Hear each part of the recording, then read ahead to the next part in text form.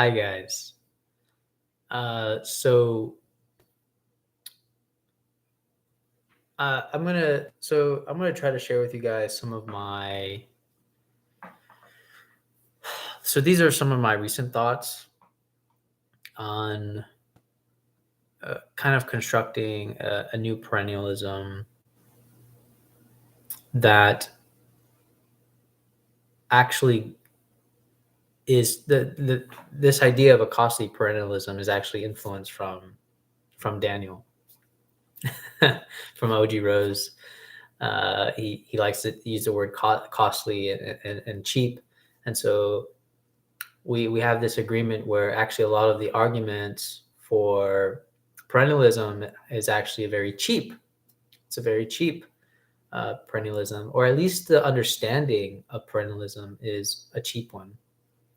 And it seems like a lot of the current conversation over perennialism and why it's not necessarily a good theory is because a lot of people have been using mystical experience as the foundation for the proof of a perennialist theory.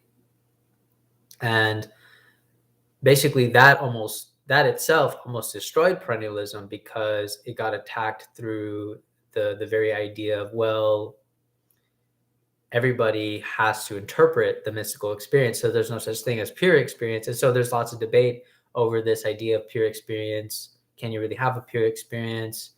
And it actually, there's a lot of debate and favors in the fact that there is no such thing as a pure experience. And I realized that, arguing for perennialism from this point of view is, in my opinion, not really the strongest point.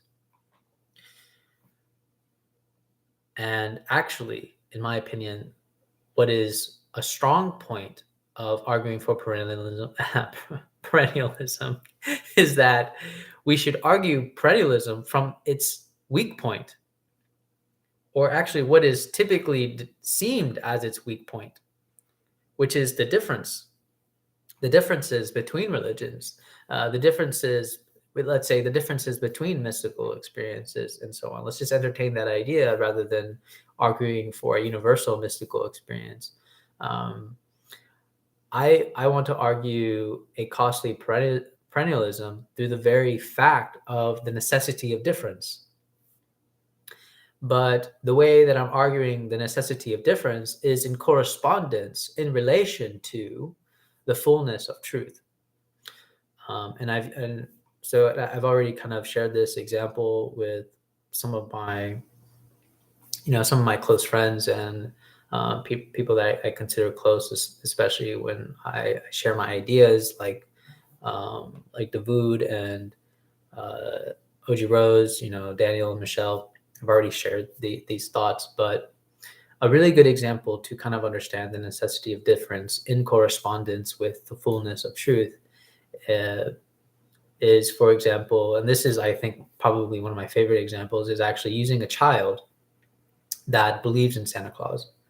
Now, when a child fully believes in Santa Claus, if you were to abruptly tell that child that Santa Claus doesn't exist,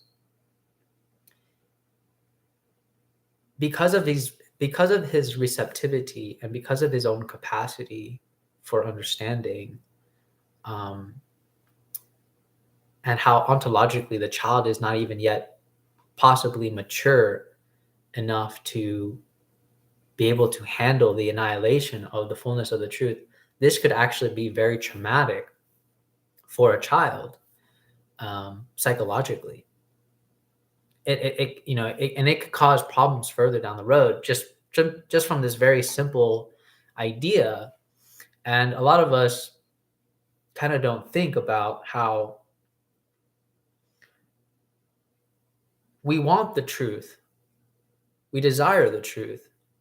And even my study of Rilke has talked about this, like that we want answers, but the other aspect of that coin is that we are assuming that we're ready for the answers. And this is the argument. This is like basically my foundational premise for arguing for a costly perennialism, meaning that these differences are necessary in correspondence with the fullness of the truth. And just to kind of clarify a little bit more, it would be like if we all found out today that Christianity was the true religion, right? Some people would be perfectly fine with that. They wouldn't, it wouldn't even be a problem psychologically to accept that. They'd be like, oh, okay. Now, Muslims, however, if it became extremely apparent that Christianity was true, right? A lot of Muslims would have a hard time grappling with this because psychologically it would almost annihilate them because it's just too much. It would be like realizing that everything you've been doing is false, right?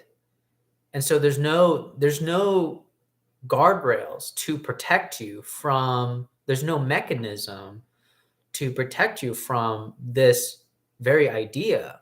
But actually what I'm proposing is that difference itself, the very fact that we have irreconcilable differences, are actually mechanisms in place.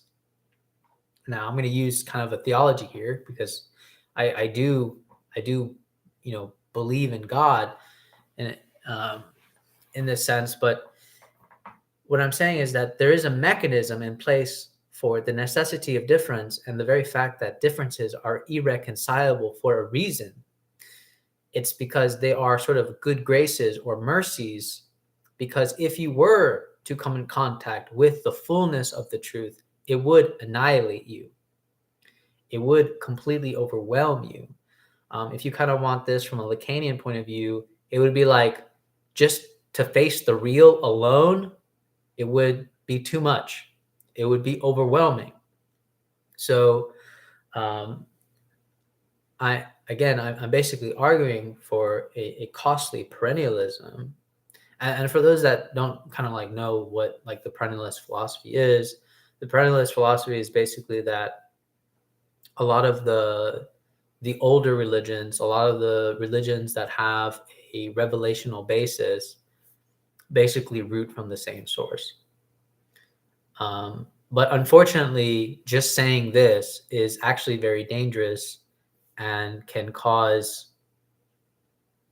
a cheap perennialism, because what it allows is that it just allows anybody to accept it, and it allows people just to be like throw their hands in the and say, well, it doesn't matter what religion you pick. Actually, it does matter what religion you pick, because it has to do with your predisposition and receptivity. And there's reasons why it's very hard, for example, for a Protestant to become Catholic. There's reasons why. These differences are all mechanisms in order to keep them on the straight path. And it's funny because a lot of these, old traditional religions have very similar creeds in terms of like, if you follow this religion, you will be on the right path. This is the right path, right? So even the denominations within Christianity have the same thing. Like, we believe this, and this is the right path. Okay, so these differences are exactly necessary, and these are mechanisms in place by the good graces of the absolute, you could say, or the real, to protect one another from the annihilation of the fullness of the truth. And again, I think, even, even the idea of rejecting, and in my opinion, sometimes it's even good for people to reject my idea of a costly perennialism, because sometimes entertaining this can be just too much for the psyche, right? Because what would happen is that if you accept even my theory, it might cause too much psychological harm, meaning it could cause doubt in your own religion. And then you start going, oh, well, if not only my religion is true, then the others are true. Then how do I grapple with this? And how do I, so even my theory that I am proposing is dangerous in itself. And in fact, if somebody were to outright reject it, I would be completely fine. But at the same time, it would assert my own theory about the necessity of difference and how this is a sort of mechanism in order to protect us from the complete annihilation of the fullness of truth. Because oftentimes what we debate about as irreconcilable differences is that we're not doing anything ontologically to sort of go high enough to see or to make those things transparent. So what do I mean when I say that? I'm basically saying if you take your religion far enough, whether you are Protestant, whether you are Catholic, whether you are Sufi, Sunni Muslim, a Shia Muslim, Hindu, Buddhist, whatever that you are, if you take your religion or denomination far enough, what I am proposing is that through the path of this irreconcilable difference, is that these other paths that seem irreconcilable become translucent, right? It becomes translucent. But that also doesn't necessarily mean that you become the other religion or whatever. And to give examples of this is like Rumi constantly says very universalistic notions about love. Like he even says like love is my religion, yet through identification, he's still a Muslim. He still claims to be a Muslim, right? Yet he says his religion is love. But again, you can only understand this or grasp what he's saying if you sort of take your religion so far enough. Because from what we understand, and I think from what Muslims understand, is that Rumi was a very enlightened person. So that means he took his religion far enough. The same thing with Ibn Arabi. He took his religion far enough. But at the same time, their epistemologies are dangerous because ontologically, we haven't met them there to understand their epistemology.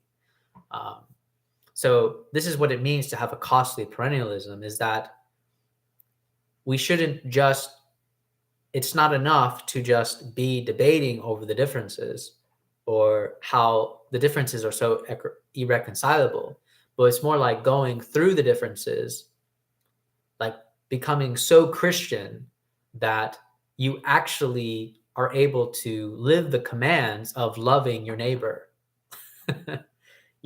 That you actually see the Hindu, the Muslim or whatever as your brother, right? As your neighbor. It's to have that sort of perfection. So it's, again, to not necessarily my theory is to not take this and be like, oh, well, then all religions are the same and so on, so it doesn't matter. No, it definitely matters. It's a costly matter of understanding. Is that you wouldn't be able to understand the idea of a costly perennialism unless you go far enough. Because if you argue from this basis, this foundational basis between irreconcilable difference, is that we're assuming that we're assuming that there's only one ontology one ontology with a variety of epistemologies. But actually what I'm entertaining is that there are a hierarchy of ontologies that need corresponding epistemologies. So for example, like basically what I'm saying is, like, if you really want to know or have access to what a saint actually means, you would actually have to try to go through the process of becoming a saint. rather than debating rather than dissecting epistemologically what he's saying. And this is, basically thank you to Daniel, because Daniel really emphasized my talk with Daniel. He really emphasized, and I agreed with him. And he really made it clear to me that, a lot of us argue from a standpoint of an ontology. Well, actually, let me phrase it this way. A lot of us try to understand an epistemology without moving up our ontology, right? So how can you deny this epistemology when your ontology is right here, right? How can we have that? We can't have that gap. And I think a lot of people, refuse a lot of epistemologies based on the fact that they still stay on this ontology. So what Daniel had basically proposed, and I agreed with him, is that we need to have corresponding epistemologies with every ontology. So that means if there's an epistemology right here, we need to have ontological climbing up to that epistemology. Of course, that also, obviously the assumption, and this is, through my friend Dawood here, is obviously the assumption is that there is this ontological climbing to match the epistemology. It could be the case that there's just one ontology and one epistemology that we're all trying to argue about. But that can also be problematic, which I'm not going to go into too much. But if you level the playing field like that, everything sort of equalizes, and it kind of just evaporates. I don't know how else to explain it. I think my friend Dawood explains it better. But yeah, so yes, the presupposition of this theory is basically that there is, for every ontology, you have to have you have to have a corresponding epistemology. So it does matter which way you orient yourself. But again, ultimately, what I'm trying to say is that the necessity of difference in relation to the fullness of truth is actually a sort of good graces. It's a self mechanism to protect the psyche, to protect people that are just not ready or ontologically ready for the fullness of the truth. Just to give even a small example of this, a more tangible example would be like conversions. The fact that conversions exist, right? How is it that a Christian can convert to being a Muslim? And how is it that a Muslim, knowing what he knows, converts to Christianity, right? Again, a lot of people would say, well, because they got misguided, whatever the case may be, we always attack it negatively. But the thing is, for the actual subject, they had to go through a process of dying. And this process of dying, you could say doubt, whatever that case may be, they had to go through a specific ontological process in order to accept a new epistemology. So they had to go through their, a change in their ontology and change of their being to accept a new epistemology. Because if they had just accepted that it was true, they would really struggle psychologically about how is it true.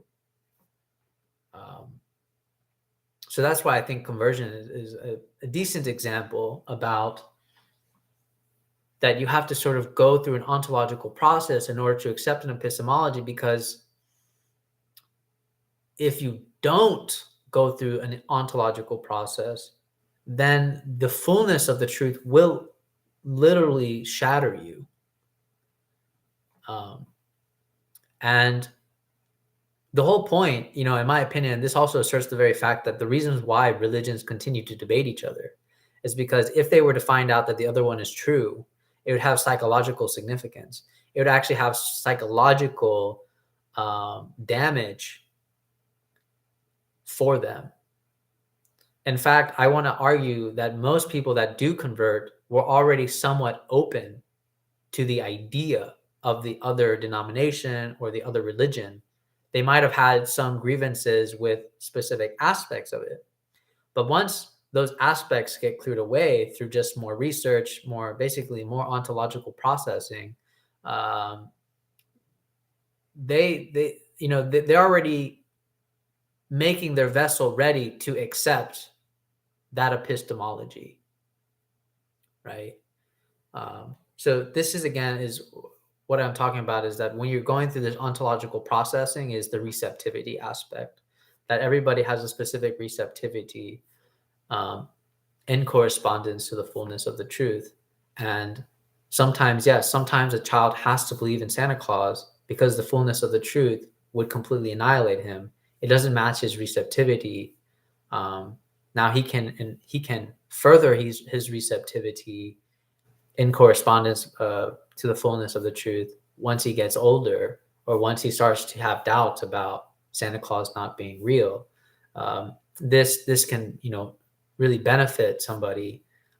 So again, the idea of a costly perennialism is through the necessity of difference, and that this necessity of difference are in reality more like self-defense mechanisms to protect somebody from the annihilation of the real. Um, and that and basically what I'm saying is, because of this actual fact, because of this, is that perennialism is highly possible. I would put it, I'll try to be humble here and say, because of this, perennialism is actually highly possible, just through the idea of the necessity of difference, just through the idea of the fact that differences are irreconcilable. There are just some differences that are just so irreconcilable, and that if you were to reconcile these differences, for some people, for some people that might be fine because they can accept it, but for some, they wouldn't be able to accept it. It would completely annihilate them in the face of the real, because they haven't ontologically prepared themselves to accept that, or be prepared for that. A lot of the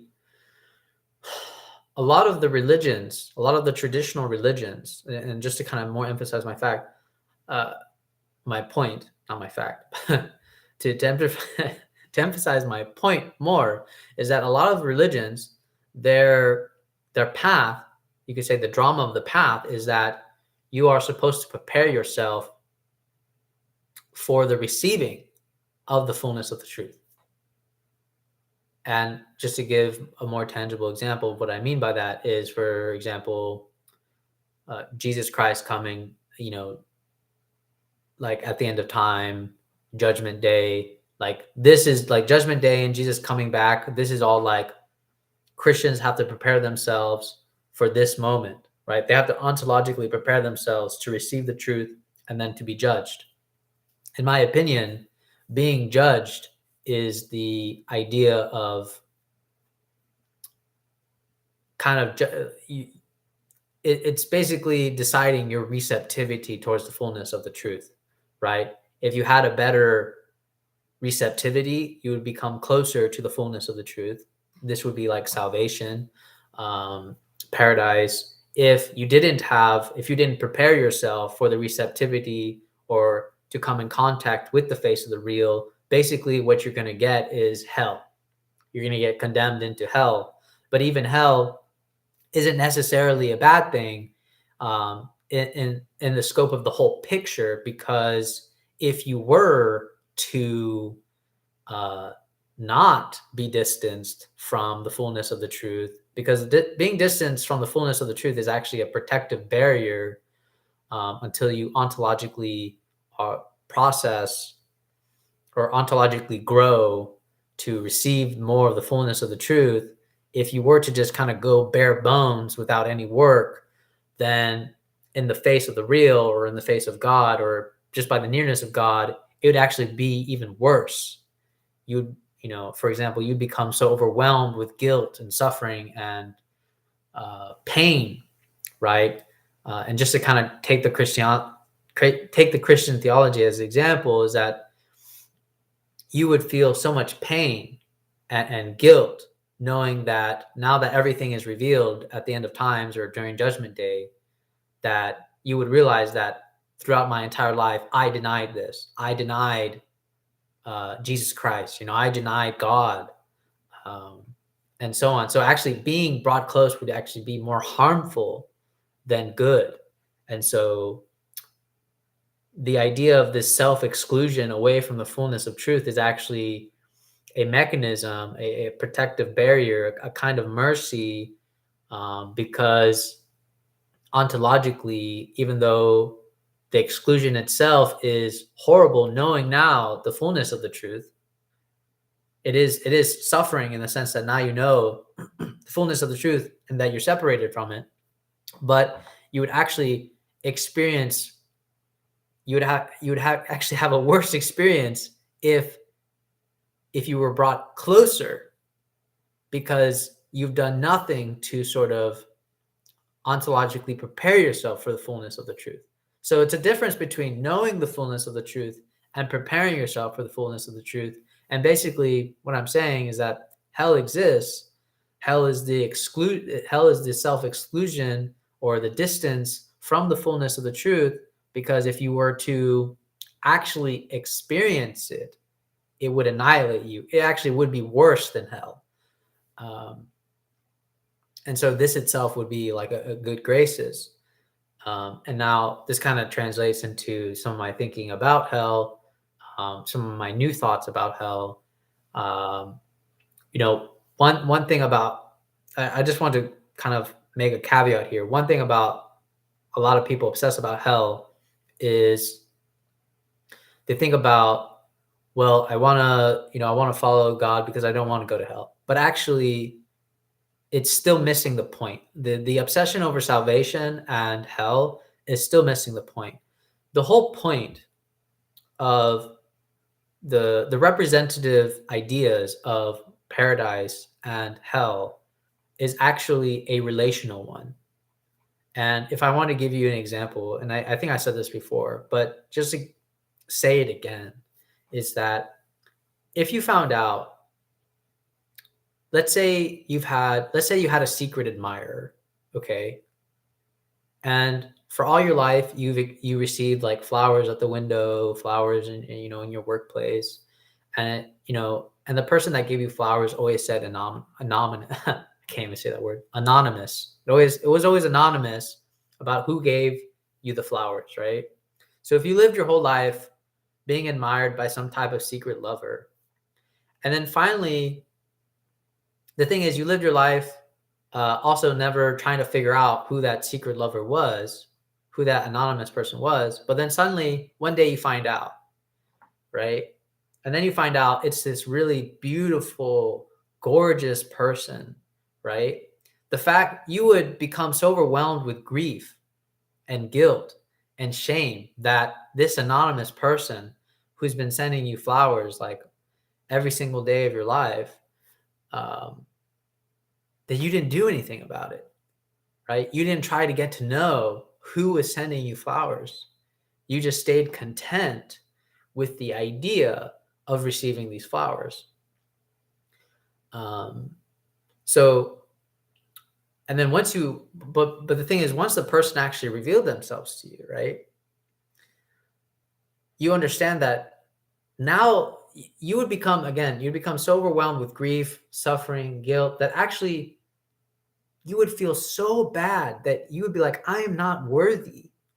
I am not worthy to be in your presence.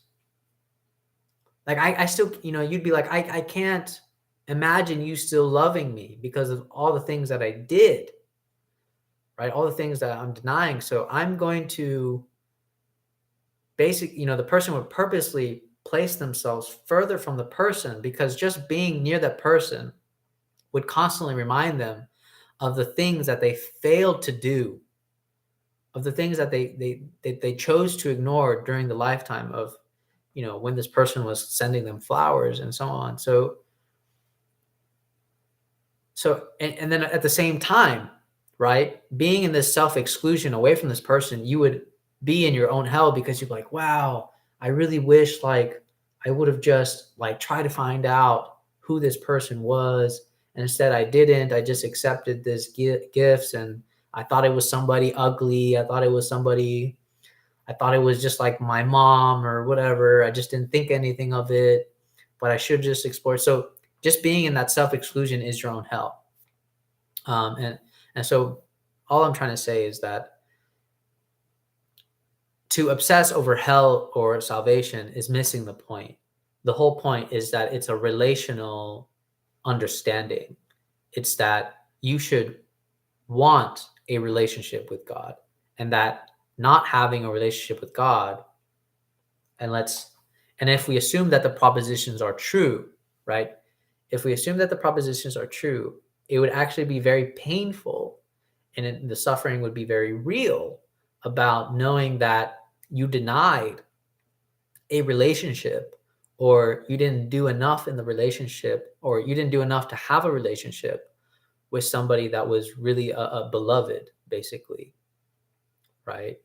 And we have examples of this in our everyday own human relationships, where there's always that opportunity to enrich the relationship or drive us further away from the relationship.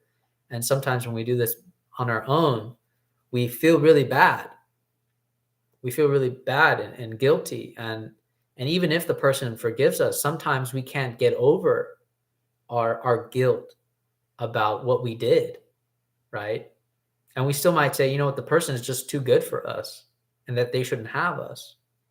Now, this is very human relationship aspect. I mean, but if we accept the God principle, obviously there's mercy and so on, and um, acceptance. But I'm just kind of sharing this, that even when we talk about hell, we're still missing the point. Now, I want to share with you actually another version of my understanding of hell, which is kind of interesting. This is kind of a very deep philosophical understanding of hell, where I think it's actually possible that we've done this false equivocation with eternal hell equals eternal suffering. And I wondered about this, because can it be the case? Is it possible to be in hell and have no more suffering?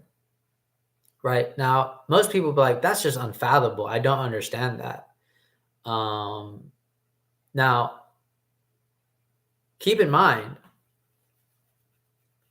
right? The traditional concept of God is that God's mercy precedes his wrath. And the typical concept of hell is that hell is forever. Now, the interesting thing that I started realizing is the reason why people fear hell forever is because they fear suffering forever, right? They fear suffering forever. But what I was thinking was, actually, what if it's the case that there can be an eternal hell in existence, and people can be in eternal hell, but that the eternal suffering is actually not eternal? That there is this possibility that actually somebody can be completely expiated, and that hell is actually no longer painful. And so that eternal hell actually transforms into something that is somewhat paradise-like. Now, keep in mind, I know this sounds crazy, but actually this is somewhat borrowing from Rumi's conception of hell that I read a long time ago. It's an essay from William Chittick on Rumi's conception of hell. And basically Rumi said this, and it's very similar to what I had already said. In fact, I borrowed a lot of the principles from this. Rumi said that it's possible for hell, that people can exist in hell forever, but then it becomes eventually pleasurable. But they still never like get like close to God. And the reason why that is because if they were to get close to God, they would be overwhelmed with guilt. And because they already paid, like basically already expiated their sins, already did their time essentially, that would be causing suffering again when they've already done their time, done their. Uh, so Rumi's saying that for God, bringing you close to Him would actually be more of a suffering act because you would see Him and you would be overwhelmed with guilt, and guilt is another form of punishment. So, uh, so actually, this prevention from getting closer is actually a sign of mercy and love, because if you were to get close, again, guilt would be just another form of punishment. And so, once you already did your time, there's no reason to make you go through another kind of punishment and make you feel more guilt. But I thought there was actually a lot of real thought in Rumi's idea of this, because if we think about physical fire, our actual materialist view of fire and the way that it affects our bodies, there's actually a point where fire burns our skin and our cells and our nerves to the point that actually we don't feel anything anymore. We actually don't feel pain anymore. And I thought that this was an interesting parallel when we compare the real fire with our real bodies, that actually when the fire begins and we're in the fire, that it's very painful. But there's actually this case where fire itself, once it hits our nerves, once it completely burns our nerves, we don't feel anything. And actually flames could still be on top of us. But once they've singed our nerves, despite the fact that the flames are still on top of us, we don't feel anything anymore. We wouldn't feel a thing. So by using this example, what I basically was saying, I was like, is it possible? Or that actually hell can be eternal, but actually suffering not necessarily eternal. And again, because I thought this is such an important division between eternal suffering and eternal hell, because most of us do equate the fact that if you talk about eternal hell, you're talking about eternal suffering. And most of people's gripes about hell is that it's because I'm going to be suffering. So,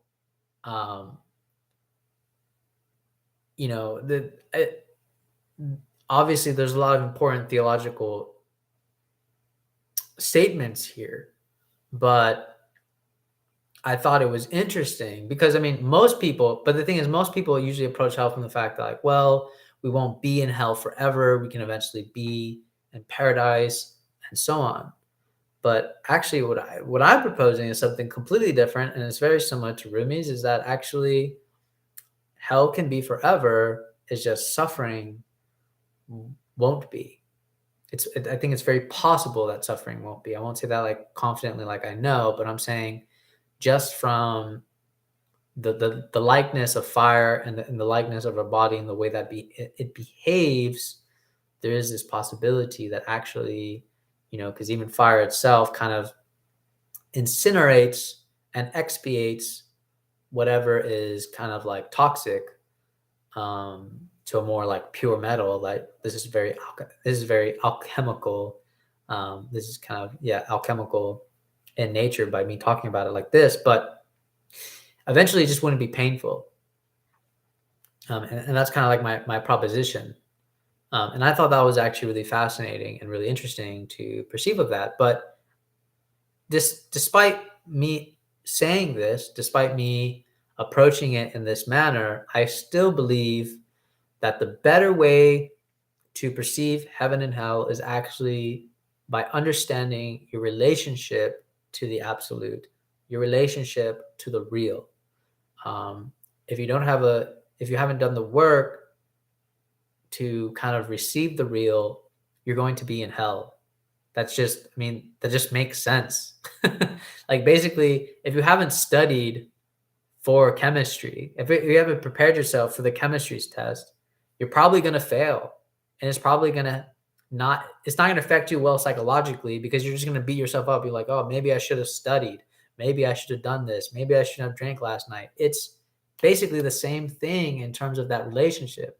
Now, of course, people's objection is like, well, hold on. These are not true equivalences, because God is supposed to be good, God is supposed to be merciful. So why are we going to hell? Again, the obsession, we cannot isolate hell in in contrast to God. We have to understand that hell and heaven is a figurative relationship between what you have with the real, or what you have with God, whatever we want to call it, the real, the absolute, God as such. It's whatever your relationship currently stands um, as it is, and it's basically just a natural consequence of the relationship. And if I were to kind of really actually borrow from the Quran here, the Quran actually states, whatever we do, we did it to ourselves. So it's almost like not really God in this case. It's just that it is God and not God, right? It's God in the sense that he gave us the ability to choose, but the fact that we chose not to have a relationship. But the thing is, once we realize that we chose not to have the relationship, once we realize the fullness of the truth, right? Because the thing is, even our current state is sort of like a merciful state, because we're sort of allowed to not participate in the relationship or participate in the relationship. But the thing is, if, let's just say, if those propositions are true, meaning like if God exists, if judgment day is real, if heaven and hell exists, if these propositions are true, right? That when the day actually happens, all the fullness of truth will be revealed, and you'll be like, oh, wow.